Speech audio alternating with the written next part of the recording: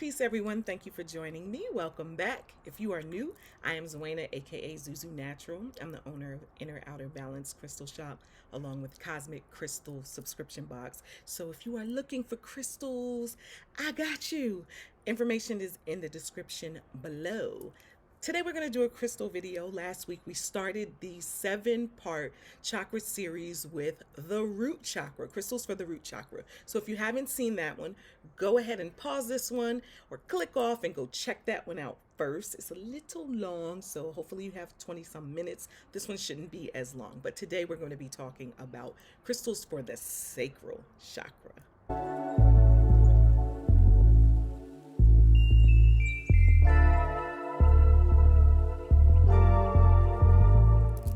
Your sacral chakra. So your sacral chakra is your second chakra. Last week we talked about our first chakra, which was the root chakra. And if you haven't seen that video, please go ahead and check that one out first. You'll want to watch these in order because they're going to build upon each other. When working with your chakras, you want to start at the root and then work your way up for healing and balance. And so your sacral chakra, your second chakra, roughly located right below the belly button area along the spine. And the color is orange. Orange is associated with your sacral chakra. The energy that comes with the sacral chakra is joy, pleasure, sexuality, creativity. And when your sacral chakra is in alignment, when it's in balance, when it's open. Okay, so we'll kind of use all of those words to explain a healthy chakra. So when it's balanced, opened, in alignment, you have healthy emotions. Your inner child has been nourished. Your inner child is associated with that sacral chakra. You are creative, right? You have an abundance of creativity coming to you. You have healthy sexuality. You find pleasure in things and you find joy in things. When you are in alignment and when you are balanced and open, you will have those. Obviously, if you are out of alignment, you will have the opposite. So if you have a spectrum, right, because everything has a sliding scale, so to speak, right? So let's say balance is in the middle, right? So an open and alignment balanced chakra is here. Then you would have to the left of it, and we would have going down to blocked or closed. And then to the right of it, we would have overactive, right? So there is different forms of being out of alignment with your chakras. It's not just that it's blocked or closed. It could be overactive. And when I do an energy work on someone, I'll use a pendulum on each of the chakras and I'll use crystals associated with it. And the pendulum will let you know whether or not the energy is blocked, closed, and stagnant by very little movement, none to little movement. If it's a healthy, open, and alignment balanced chakra, you'll have a nice movement. And then if it's overactive, you'll have that pendulum spinning. And so that's a way for us to kind of gauge energy if you do any energy work. And that's if you have a closed or blocked chakra, then you may find little pleasure to no pleasure, little joy to no joy in life and things. Your creativity is just lacking. You do not have you may have some issues with sexuality. And so a lot of times people who have been sexually abused, particularly as a child, but not just as a child, just sexual abuse can really lead to a blocked or closed or overactive sacral chakra. And so keep in mind, if you have any sexual trauma or sexual abuse, this may be something you need to work on more so than the other chakras, but always start at the root. You may find that if you have an overactive chakra, you may find that you are overly sexual. You may be a thrill chaser seeker. And so that might be your overactive chakra. Now, if you have an overactive chakra, very often you'll have these highs and lows. So you might feel super, super high, super, super joy, super, super pleasure, and then dip down to just numb and just nothing. And so that's a key that you would have an imbalance.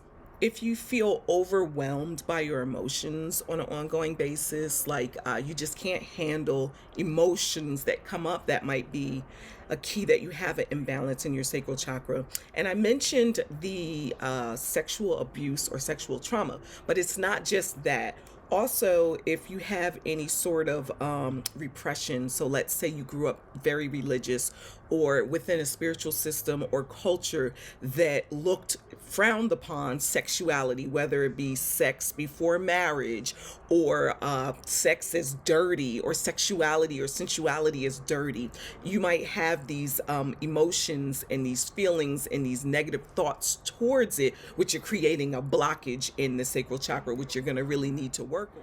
So we spoke a little bit about the emotional side, but also there's the physical side of being out of alignment. And so with the sacral chakra, when that is out of alignment and not balanced, you could have kidney issues, urinary tract issues, menstrual period issues. So you might have painful periods, also infertility. So you might have reproduction issues, low libido, just lack of desire of having sex, anxiety, depression. And so those are a lot of the symptoms associated with a sacral chakra. So if you have any of those, you know you have probably a lot more work to do in the sacral chakra area.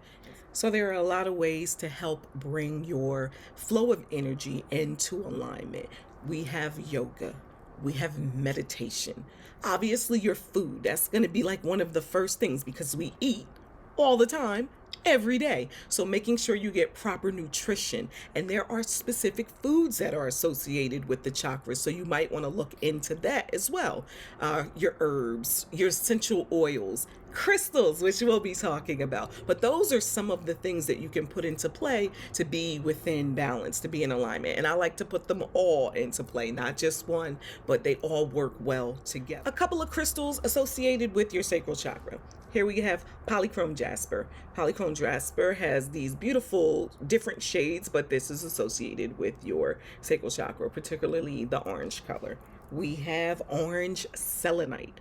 Orange selenite is associated with your sacral chakra. We have peach moonstone, which we're going to talk about a little later. Peach moonstone. We've got orange calcite, one of my favorite. Look how juicy that is. It just reminds me of like a dessert for some reason. We've got sunstone. Sunstone is one of my favorite for the sacral chakra as well. What else do we have? Carnelian. We can't forget carnelian. We have carnelian, which is an agate.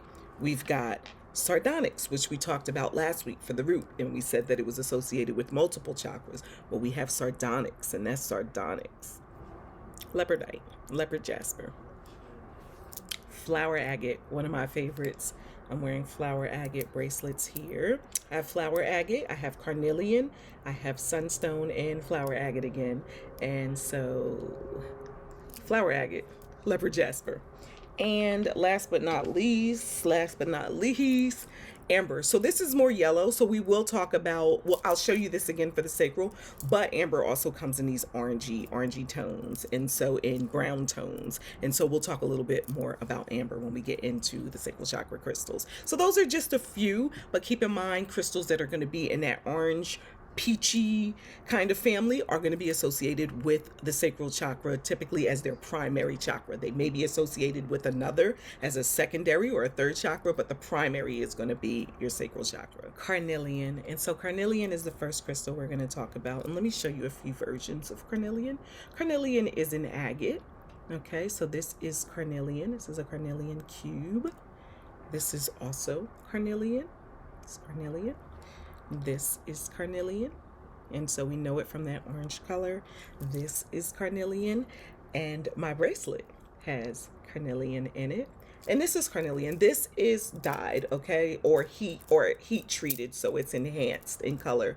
Usually when you see it uniform like this, it is a real crystal, but it has been treated to be enhanced, so it's more vibrant. And very oftentimes you will see that happening with carnelian. It's typically not as vibrant as this, although sometimes it is, but sometimes to make it more uniform, they will treat it. So carnelian. In ancient Egypt, they used carnelian and wrapped it with the mummy to protect you in your journey in the afterlife. Carnelian has been used by ancient Romans for courage and strength, so they wore it going into battle. They used carnelian to ward off the evil eye in cultures that use the evil eye. And so carnelian has been used forever, since ancient times. These crystals have been around. They are nothing new. I know we like to say new age, but they are not. new age. They are old age. They are ancient. Carnelian is a stone of creativity, and so it will help you unleash your creativity, particularly if you are creative, like a writer, a actress, a performer, any of those things, or just any creative endeavor. It will really help you tap into and unleash that creativity. It's excellent for motivating you as well. So if you're a writer, once again, it's great motivation to help motivate you as well as spark that creativity. It's excellent for helping you to balance your sexuality, your sensuality, your passion. Carnelian is excellent for confidence, and so helping you bring out that creativity, motivating you, but also giving you the confidence to share that with the world, because ultimately we want to share our gifts with the world. So carnelian is one that you'll really want to tap into. Orange calcite. Orange calcite is one of my favorite stones for joy. Look at it. Don't you just feel joyous looking at it? Orange calcite. And let me show you a couple of different forms of orange calcite. This is also orange calcite, so you see it could be kind of like this orange sherbet. It can also be a little lighter, but this is an excellent stone for unleashing your joy, just being able to have fun, tapping into your inner child and really enjoying life, not taking yourself so seriously, right? Because as adults, I think sometimes we feel like we have to be so serious, we have to be so adult, we have to be so grown, but you don't have to walk around so serious. You can take life serious by still being childlike and joyous. And so this is really, really an excellent one for that joy. Tapping into that joy is also great for creativity. It's also great for your sensuality and your sexuality and your pleasure. But joy is my favorite for this orange calcite. Sunstone. Sunstone. Sunstone. And so sunstone gets its name from the sun, sunstone, right? So when we have crystals that have like sun in it, sunstone, we know that the best way to charge this crystal is with the sun. So when you want to charge your sunstone, you put it out in the sun for a couple of hours and you have recharged your sunstone, okay? Same thing with like moonstone. Moon is an excellent way. So we can use the energy of the sun and the energy of the moon to charge our crystals, but some crystals just favor the sun versus the moon. And sunstone, and especially your yellows and your oranges, those are the ones that you know are excellent for charging with the sun. Don't leave it out there, just charge it up a couple of hours and bring it on. You don't want to necessarily leave your crystals out in the sun because they can really damage the color. So sunstone is the stone of leadership. So this is excellent for enhancing your leadership skills. It's excellent with giving you the confidence to lead, as well as the vitality and the vigor that you need to be a passionate leader, to be a charismatic leader. And so sunstone is a really good one if you're in a leadership position, or you want to be in a leadership position and you feel like you just need a little something, you can have the sunstone to assist you in that journey. I love sunstone. This is an excellent stone. It's associated with several of the zodiac signs, but this is one that I really like to have for Leos. Leos, this is a good one for you if you were wondering. Peach moonstone. Let's see if you could see. I'm not sure if you can see the shimmer. This has like the moonstone shimmer, but both of these are peach moonstone, and peach moonstone is a variation of moonstone. Moonstones are associated with the emotions, so this one is excellent for the emotions. And remember, we said with the sacral chakra, sometimes you might, if you are out of alignment, you might have overwhelm. You might be overwhelmed in your emotions. You might not be able to handle your emotions, and this is an excellent one for that. A lot of crystals that are associated with the moon are associated with balancing the emotions. And so if you find yourself overwhelmed with emotions, maybe just out of whack with emotions, you're here, you're there, you're up, you're down, peach moonstone is an excellent one for that. And it's moonstone, so we know that we want to charge this with the energy of the moon. So if you want to put your crystals out, you can do it at any moon phase, but a lot of people like to put them out during the full moon or the new moon. This would be an excellent one to keep out there to charge with the energy of the moon. And so peach moonstone, excellent for the emotions, excellent for kind of bridging the sacral chakra to the heart chakra. And so you have this creativity and this passion, but it's also being brought into alignment with your compassion and your empathy and your love. And so I really, really love peach moonstone. Last but not least, we have amber. And this amber is more yellow, so it would technically be closely linked to the solar plexus, but it's also associated with the sacral. But here we have a piece that's a lot more orange, and here we have a piece that's a lot more brown here. Now, amber is not a true crystal. A lot of times we lump all of the minerals into this kind of crystal category, and I tend to do that myself. But amber is actually a fossilized resin. So once upon a time, this was the tree sap or resin, and it would have been sticky and oozing out of the tree. But over millions of years, it has fossilized and become this hard crystal. But it's what we would call an organic gem. So your organic gems are not true crystals, but we like to put them in the category of crystals because they have the healing properties as well. So amber is one of those organic gems, but it is actually fossilized resin, tree resin. You see this one has a scorpion inside of it. And so a lot of times little bugs will be caught in the resin because when it was more sticky and it was not solid yet, bugs might crawl in and get stuck, and so you'll find pieces of amber with these creatures trapped in it. This piece is probably not a real piece of amber. Amber is very often faked. This is real amber and this is real amber, but sometimes, especially when they put it with the little critters inside, it may not be real. But amber is a creativity crystal, and so it's also excellent for just tapping into your creativity. It's also one that is just full of joy. I don't know if you feel that joy coming from it, but it's full of joy energy.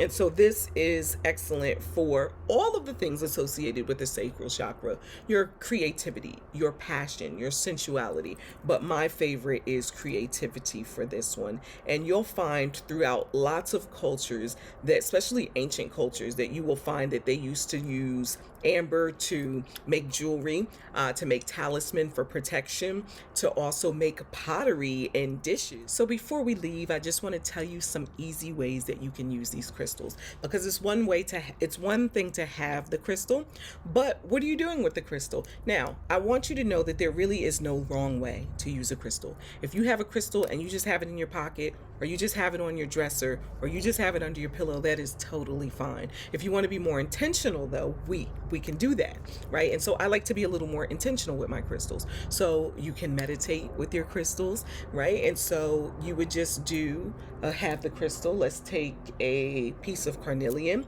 and I would hold the carnelian in my left hand. We know our left hand is our receiving hand. Our right hand is our giving hand. And so we receive energy. And so if I want to receive the energy of carnelian, I'd have this in my left hand. I'd meditate with this, and all I would do is start off my meditation with bringing my awareness to the carnelian, really feeling the energy of the carnelian. What does it feel like? Do I feel different when I have it in my hand? Is there any form of sensations? Is it warming up? Is it cooling off? Is there a tingle? You want to pay attention to that, because that is the subtle energy of the crystal speaking to you. And some people feel energy very intensely, some people don't feel it as much. But when you're meditating, because you're quieting the mind and you're really tapping into the energy of, you may have a better chance of feeling that energy. And so you can meditate with your crystal and you just simply hold it. You can do some sort of mantra. Maybe you want to repeat something. It could be as simple as I am creative, right? Maybe you have like this energy blockage in your creativity and you really need it. I am creative. I am creative. And you can just say that, and it can be as simple as that. You can make up your own. It doesn't have to be this fancy special one. I am tapped into my sexuality, right? I have a healthy sexuality. Whatever it is that you want to bring forth within you, because you are the architect of this, right? You are the captain of. So meditation is a really easy way to work with your crystals. Also jewelry. Jewelry is probably my favorite way. As I said in the last video, not only is it functional, it's also fly. It's cute. You look good, right? And so jewelry in ancient Egypt was called sa. Sa roughly translates to spiritual protection. So yes, it was adornment. It was pretty, but it was also this spiritual protection because they knew that the crystals had this energy. And so they knew they were tapping into the energy of and protecting themselves spiritually. So I like to look at my jewelry as spiritual protection. So yes, I'm cute, I'm fly, I love the way it looks, but also it has this symbolic meaning. It has this energy behind it that I am actually feeling the creativity coming from this, right? Sterling silver metabolizing my body. I've got the joy coming from this flower agate. Wearing your crystals is just one of the simplest ways you can work with crystals for me, because although I will put intentions into it, you don't have to. You put it on and it's doing its thing.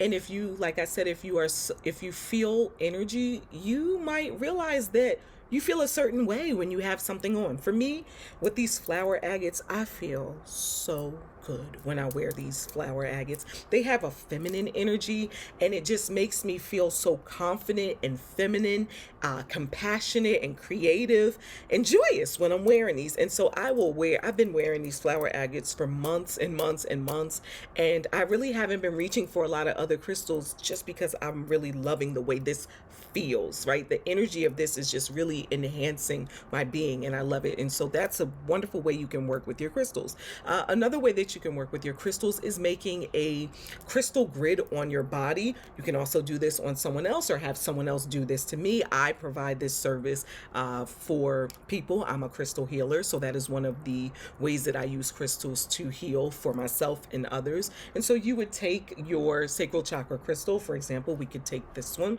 This is the orange calcite, and we would put it in the sacral chakra area right below the belly button. Sometimes if it's not staying, like if you got a little belly like me, I just pop it in my belly button so it stays there. I just bloop right in there and it stays. And so what you would do is you would put this in that energy zone area, and then you would bring your awareness and your mind to that area. See what it feels like. Do you feel anything happening? You might feel a warming sensation. You might feel a tingle. You might feel nothing. But you would kind of try to focus on the energy of that. And if you feel like some joy or some creativity, you want to kind of keep that in your mind so you can expand it throughout your body. If you put this in that area, you don't necessarily have to do anything. Sometimes I just lay this on people and have them sit there, have them lay there, listen to some soothing music, maybe some thunderstorms, maybe some mantras. It's up to you as to how you want to do it, but you can grid your body with these sacral chakra crystals. And very often I'll do a whole 7 chakra body grid. So I will place them along all 7 of the chakras. And remember, we said there are more than 7, but typically we talk about 7 main chakras, right? And that's just for a recap. That is your root, your sacral, your solar plexus, your heart, your throat, your third eye, and your crown. So typically I will place crystals along the whole entire system, but occasionally if I'm feeling out of whack with a particular chakra, like let's say in the heart chakra in general, sometimes I'll feel like I'm not being as compassionate as I should be or as I want to be, and I might just say I'm gonna go ahead and get a heart chakra stone, put it on my heart, because right now I am not feeling myself in regards to compassion. Like I'm just not. Like I'm not feeling that ambulance or that emergency vehicle outside. I'm not feeling it right now in the back of the video, but it's all good. And then of course you can have large pieces as decor in the home, and they will just be emitting that energy into the space and just really, really affecting the surroundings. And then when you're in there, you should feel that energy. And so that's a really great one, just to kind of manipulate the energy within a space, your home, an office, whatever. You can have your crystals, larger pieces of your crystals. You don't really need to work with larger pieces when you're working on your personal, on your body. So a piece of jewelry is fine, but for the spaces, you want to have larger pieces. So a lot of people will ask me that. Does it matter the size? Well, it depends on what you're doing with the crystal. You don't need this huge, large crystal if you're doing body grid work, right? You don't need this huge, large crystal if you just want to carry it with you throughout the day. You don't need that much. But if you want to affect the energy of the space, of the house, of a room, then yes, you want to have a larger piece. And so those are your sacral chakra crystals. What are your favorite sacral chakra crystals? Drop them in the comments below. Let me know. My favorite sacral chakra crystal is probably flower agate. Flower agate. I probably should have talked about that a little more, but flower agate isn't only associated with the sacral chakra, it's also associated with the solar plexus, also associated with the heart. So that's why I just showed it to you as far as instead of going into it. But that's probably my favorite. What's your favorite? And what do you like to do with your sacral chakra crystals? What do you like to do to bring your sacral chakra into alignment? What's your favorite activity? Is it using your crystals? Is it yoga, meditation, breath work? Let me know. Drop it in the comments. Like, share, comment, all that good jazz. ZuZuNatural. Peace out.